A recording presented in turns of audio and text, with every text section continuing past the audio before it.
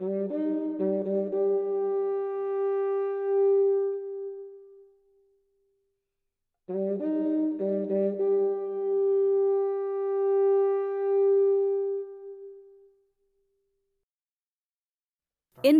is an ancient country and has given birth to many famous persons and leaders. Unfortunately, there are unsung heroes amongst us who lie forgotten despite their contributions to the country. One such legend was the visionary and progressive ruler, Maharaja Bir Vikramanitya, who achieved so much in a very short lifetime. Born on 19th August 1908 in the princely state of Tripura to Maharaja Birendra Kishore Manikya Bahadur and Maharani Arundhati Mahadevi, the young prince showed great intellect, discipline, and promise from an early age.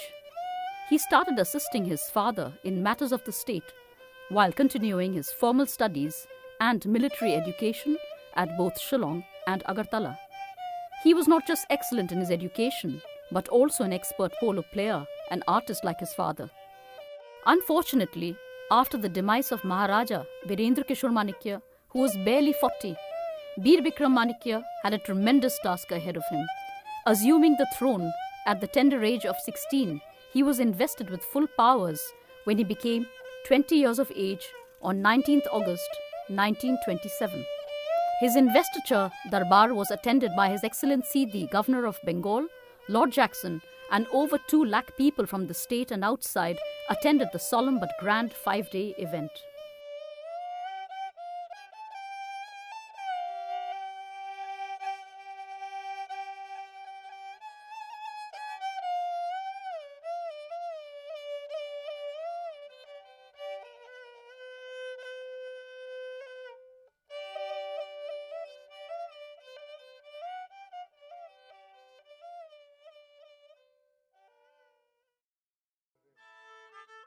The magnificent Ujjayanta Palace at Agartala witnessed 2 important events in December 1940.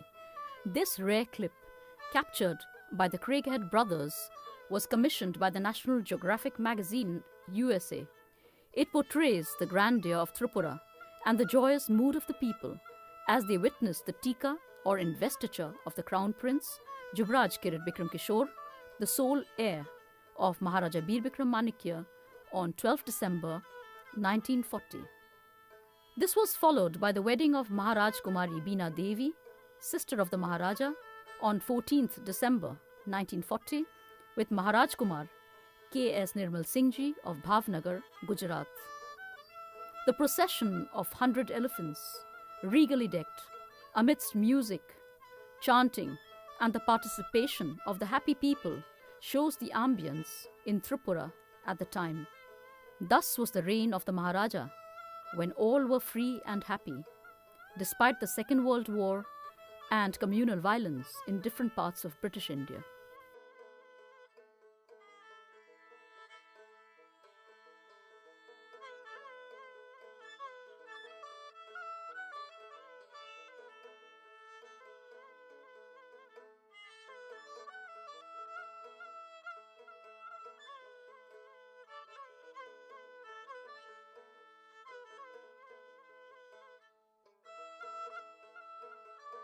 He introduced a modern democratic constitution on 1st Baisakh TE, corresponding to the Tripura era or New Year on 14th April 1939, with a bicameral legislature and neutral judiciary, Panchayati Raj and a municipal council, steering the administration in many modern directions.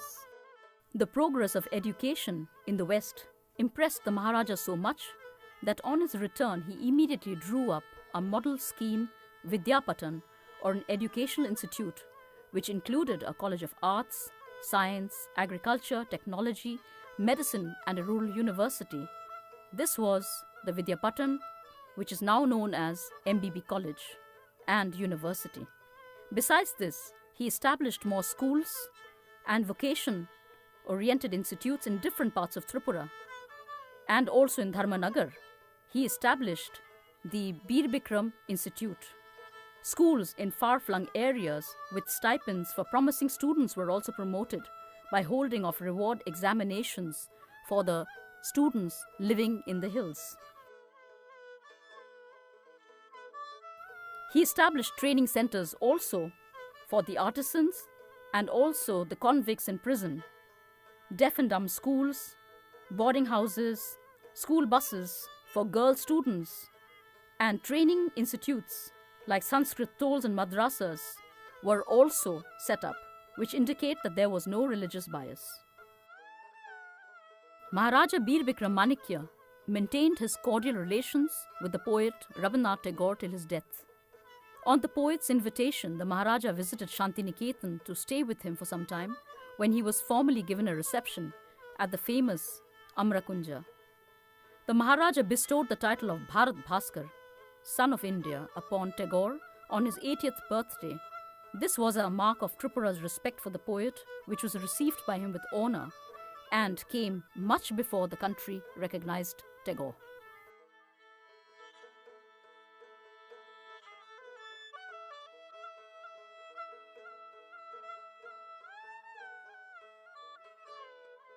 For the development of the rural areas, especially inhabited by the indigenous people in the hills, the Maharaja tried to modernize the village system.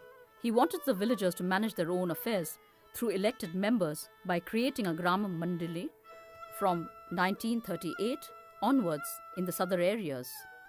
He strengthened the Tripura Kshatriya Mandal and regulated and modernized their social customs for their growth. A secular ruler, he wanted all-round development for all sections of the society. He set up social organizations such as Manipuri Kshatriya Mandal and Lashkar Radha with the intention of improving his citizens' way of life. He received many honors from Muslim organizations outside his state, such as Anjuman-e-Islamiyya, he was a gifted architect, Islam Hadith, and has left many of his structural specimens executed on the lines of his own plans and blueprints. The extension of the Ujjainta Palace, the formal gardens and fountains, the Neer Mahal Palace, the only lake palace in East India, was constructed over a marsh known as Rudijala and is a work of art. Unfortunately, the Shripur Palace could not be completed due to the war and his demise.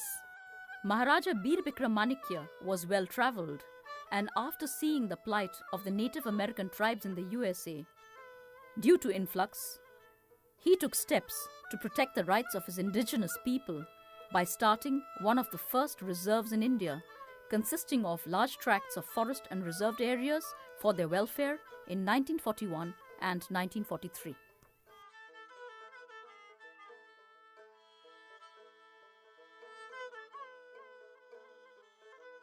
Temples like the Buddha Mandir were also designed by him, and it was inaugurated by his son, the then Yuvraj Kirit Bikram Kishore Bahadur.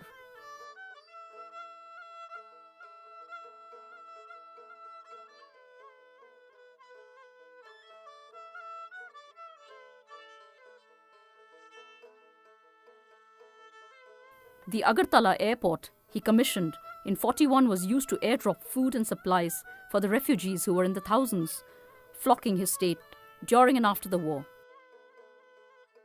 Maharaja Bir Bikram gave protection and food to thousands of riot-affected people of the neighbouring districts of British India, once during the Dhaka riots in 1941 and again during the Noakhali riots in 1946, when thousands took shelter in the state for their life and honour. The spontaneous influx of thousands of famine-affected people in 1943 from British India were also given food and shelter. The Maharaja's royal administration extended their cooperation to the migrants, and for maintaining communal harmony, Preeti Bardhayak Samiti was formed. No less than Mahatma Gandhi asked the Maharaja to give shelter to these refugees who swarmed the state.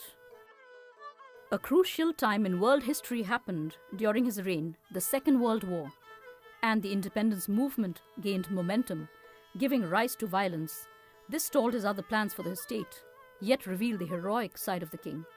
Trained in the Indian Army, he reorganized the armed forces, commissioning the 1st Battalion of Tripura Rifles that played a mighty role in the war. He led his army against the Japanese Imperial Army at the fronts of Burma and Arakan, emerging victorious, defeating the Japanese who had occupied large parts of Southeast Asia since December 1942. With his bravery and selfless act, at battle and governance, he was awarded the Star of Burma, saluting gun and titles. But he insisted that the brave ones who had fought with him be recognized, as well as many were martyred in the war, including his brother. On May 17, 1947, only 2 months away before Indian independence, a very pivotal moment in Tripura's history, Maharaja Bir Bikram Manikya Kishore died prematurely of chronic pneumonia. Perhaps the strain hastened his illness. His 19-year reign marked a remarkable turning point in the history of Tripura. He was succeeded by his only heir, His Highness Maharaja Manikya Kirit Bikram Kishore Dev Burman. Being a minor, the administration was vested in a Council of Regency set up by the Government of India. His mother, Her Highness Rajmata Kanchan Prabha Devi, was appointed as the regent. The age-old kingdom of Tripura was finally integrated into the Indian Union by an instrument which took effect from 15th October 1949.